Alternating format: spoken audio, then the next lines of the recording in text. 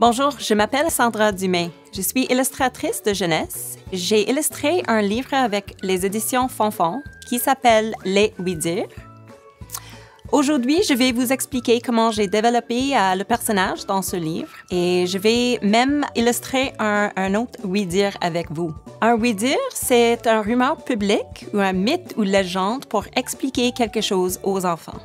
Ce que j'ai aimé avec le texte de Danielle Chaperon, c'est qu'elle parle beaucoup de raconter des histoires aux enfants puis utiliser des mythes ou légendes pour expliquer des choses inconnues. Pour le personnage dans Les Oui-Dire, je me suis inspirée de mon petit voisin Hugo. C'est un bon ami de mon fils et il est souvent chez nous. Qu'est-ce que j'aime de Hugo? C'est un enfant très curieux, puis il me demande toujours des questions très intéressantes et intrigantes. J'ai toujours trouvé que Hugo avait l'air d'un personnage dans un livre et il porte des belles lunettes rondes que j'aime beaucoup. Quand je commence à faire des illustrations pour un album de jeunesse, je fais toujours des recherches avant sur les éléments dans le livre que je trouve que sont plus intéressants visuellement. Alors, pour les oui-dire, j'ai beaucoup aimé l'idée d'une fête d'anniversaire pour les coccinelles. J'ai fait une recherche sur les plantes que je pourrais ajouter dans sa maison et j'ai appris que les coccinelles aiment beaucoup l'aneth, qui est ici, et ils aiment aussi les fleurs de souci, qui s'appellent une marigold en anglais.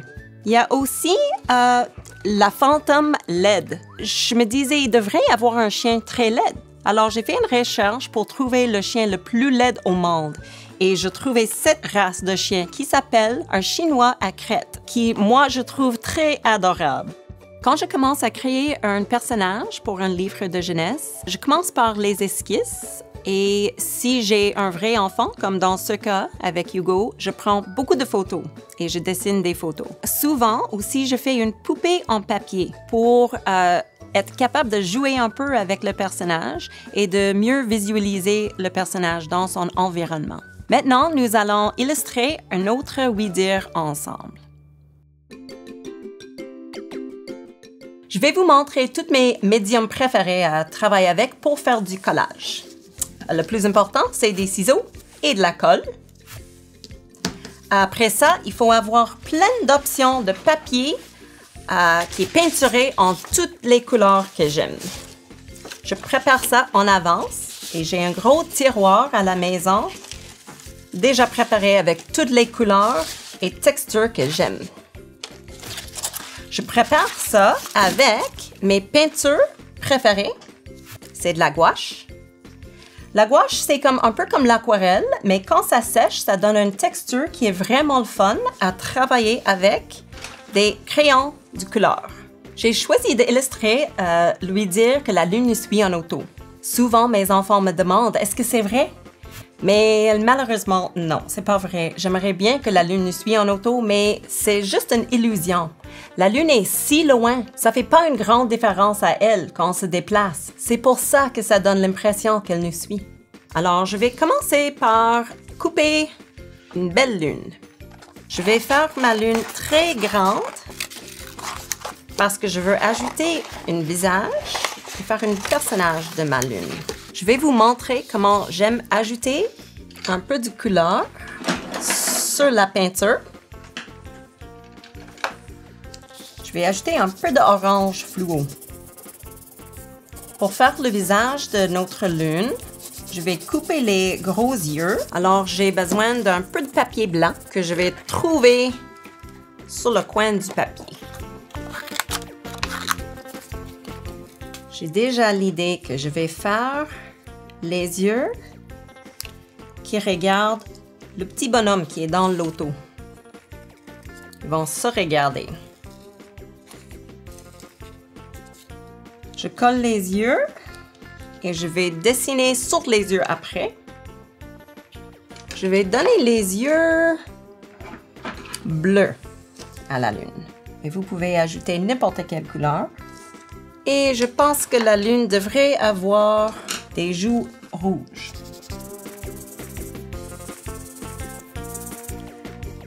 Je vais mélanger mes couleurs avec un petit instrument que j'ai. Ça, c'est la magie.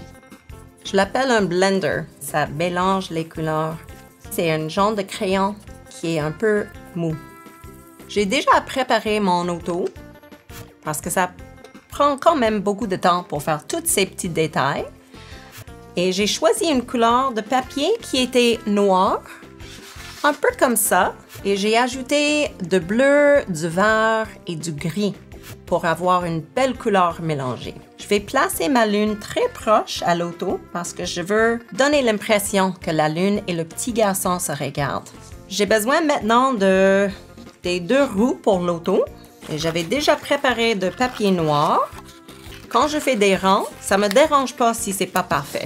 Je vais ajouter de noir sur mes roues pour avoir la belle texture que j'aime. Ça, c'est un crayon qui est très molle et très huileux. Alors, on voit la belle texture que ça donne. Après ça, je vais coller mes roues à mon auto.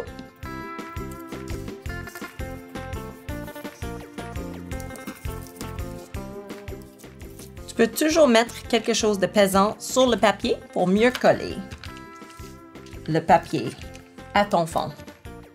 Comme c'est la nuit puis la lumière est ouverte sur l'auto, je vais ajouter un peu de lumière avec un crayon jaune.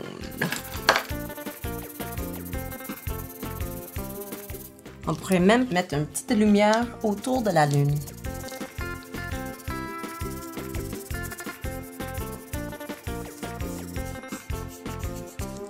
Et voilà, nous avons illustré le oui-dire que la lune suit en auto.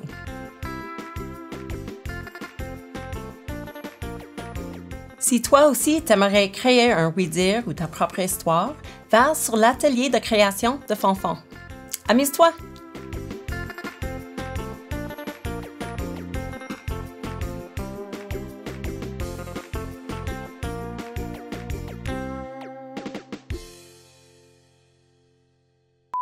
Je fais toutes ces couleurs avec ma peinture préférée, qui est la gouache.